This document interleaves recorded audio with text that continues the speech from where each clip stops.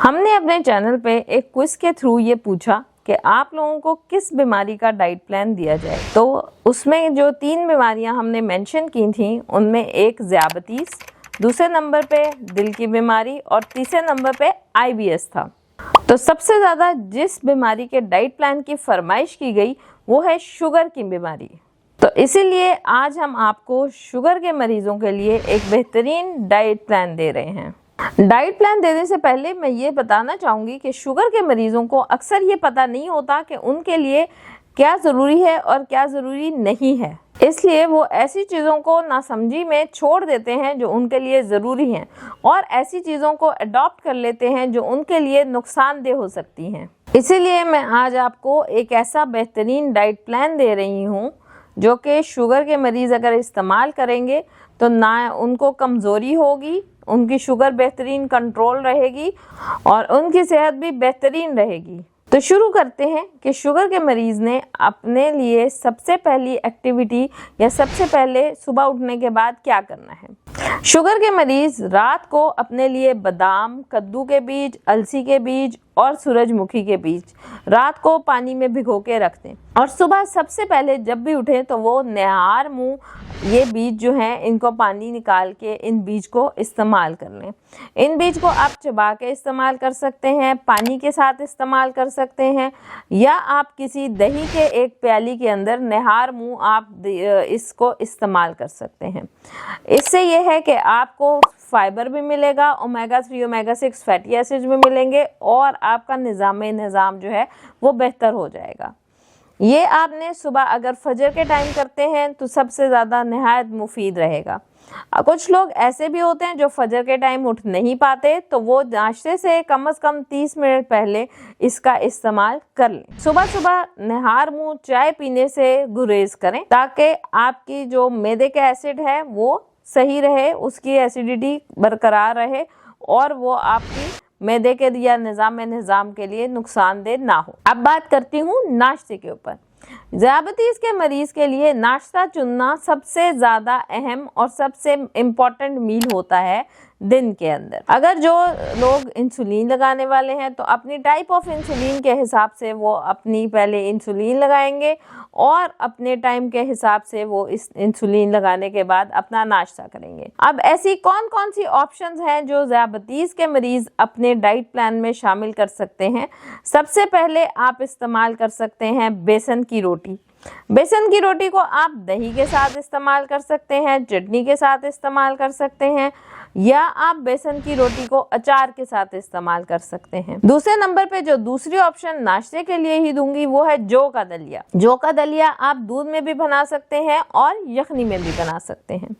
इसके अलावा ज़ियाबतीस के मरीज पराठा खाने से अवॉइड करें, कोशिश करें कि पराठे की बजाय जौ के आटे की या मल्टीग्रेन रोटी या चपाती या गंदम की चक्की के आटे वाली रोटी जिसके अंदर छान मौजूद हो उसका इस्तेमाल करें। उसके साथ आप कोई कबाब भी ले सकते हैं, रात का बचा हुआ सालन का इस्तेमाल कर सकते हैं, अचार, दही, ये सारी ऑप्शंस जो हैं वो आप अपने नाश्ते में इस्तेमाल कर सकते हैं। याद रहे एक अंडा लाजमी है आपके नाश्ते के अंदर। अंडे को बॉईल करके इस्तेमाल करें, अंडे का ऑमलेट बना के इस्तेमाल करें या आप सादा अंडा फ्राई करके कम ऑयल के साथ इस्तेमाल करें। कोशिश करें कि आपका नाश्ता 6 से लेके 8:30 बजे के दरमियान हो। इसके बाद आऊँगी मिड मॉर्निंग स्नैक पे। मिड मॉर्निंग स्नैक का टाइम क्या है? तकरीबन 10 से 11 बजे के दरमियान का टाइम। ज़ियाबतीस के मरीज को हमेशा थोड़ा थोड़ा फ्रीक्वेंट और पोर्शन कंट्रोल में खाना चाहिए। अब मिड मॉर्निंग स्नैक में आप क्या क्या ऑप्शंस जो हैं उनको अपना सकते हैं। आप कोई भी एक फल, जो फल कम मीठा हो और जिसका छिलका साथ इस्तेमाल हो रहा हो, वो फल में से कोई भी, याद रहे 100 ग्राम से ज़्यादा फल का मिकदार नहीं होगी।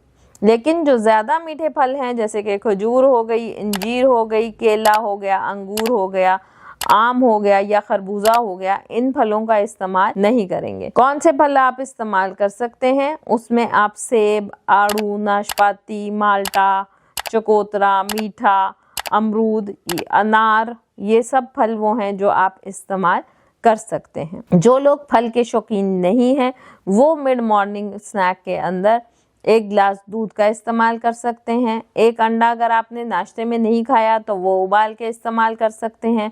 1 या 2 शामी कबाब इस्तेमाल कर सकते हैं।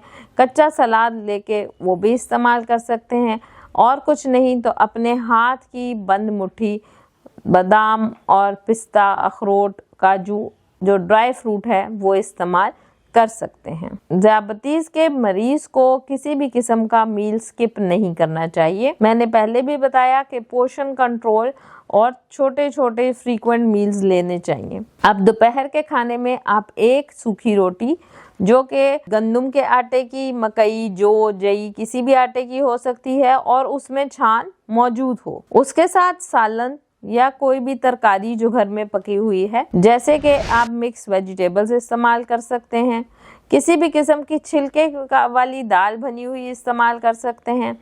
गोश्त में मुर्गी, मछली और छोटा गोश्त इस्तेमाल कर सकते हैं। इसके अलावा याद रहे, कच्चा सलाद कम से कम 1 प्लेट लाजमी आपने दोपहर के खाने में अपने खाने का हिस्सा बनाना है।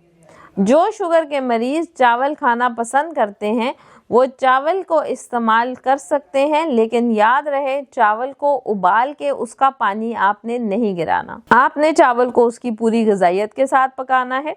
ज़ियाबतीज़ के मरीजों के लिए चावल खाने का एक बेहतरीन तरीका ये है कि आपकी प्लेट में 12 चम्मच से 15 चम्मच तक चावल होंगे, जो कि एक पोर्शन के अंदर होंगे। जितने चावल आप खा रहे हैं उतना ही कच्चा सलाद इस्तेमाल करेंगे और आपके हाथ के साइज जितना, पाम साइज जितना गोश्त का टुकड़ा होना ज़रूरी है। फिर आप चाहे चावल खाएं, पुलाव खाएं, बिरयानी खाएं, दाल चावल खाएं, इसमें कोई हर्ज या ममानियत नहीं है। जब आप चावल खा रहे हों तो याद रखें कि सलाद की मिकदार और जो मुर्गी की या किसी गोश्त की मिकदार है वो आपने चावल सेंटर में खाने हैं और गोश्त जो है और जो सैलेड है उसको ऊपर नीचे करके खाना है। ऐसे खाएंगे तो कभी भी प्रॉब्लम नहीं होगा। 3:30 बजे के बाद दोपहर का खाना आपने नहीं खाना। आप इसको 12:30 से 3:30 तक के टाइम में इस्तेमाल कर सकते हैं या खा सकते हैं। इसके बाद आऊँगी शाम की चाय का टाइम या इवनिंग स्नैक के टाइम आप लोग क्या इस्तेमाल कर सकते हैं। जैसे कि मैंने बताया है, आप 1 कप चाय इस्तेमाल कर सकते हैं। इसके अलावा अपने हाथ की बंद मुट्ठी जो है भुने हुए चनों का इस्तेमाल कर सकते हैं। जिन ज़ियाबतीज़ के मरीज़ों को दर्द रहता है टांगों में और उनको बेचैनी रहती है, रात को नींद नहीं आती, वो इस टाइम पे बादाम और खसखस वाला दूध इस्तेमाल कर सकते हैं या फिर वो हल्दी वाला दूध इस्तेमाल कर सकते हैं। हल्दी वाला दूध जो है वो आपको दर्दों से निजात देगा। और जिन लोगों को नींद नहीं आती वो लोग बादाम और खसखस वाला दूध इस टाइम पे इस्तेमाल कर सकते हैं। याद रहे, मगरिब के बाद दूध का इस्तेमाल ज़ियाबतीज़ के मरीज नहीं करेंगे, सवाए उन मरीजों के जिनको हाइपोज आते हैं रात के टाइम सोते वक्त, वो लोग दूध का इस्तेमाल कर सकते हैं। कोशिश करें रात के खाने में हमेशा दाल या सब्जी का इस्तेमाल करें।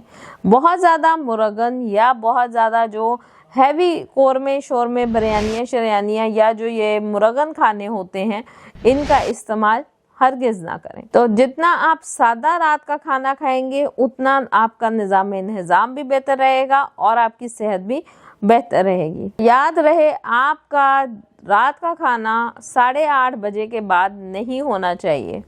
रात का खाना आपको 8:30 बजे तक खा लेना चाहिए।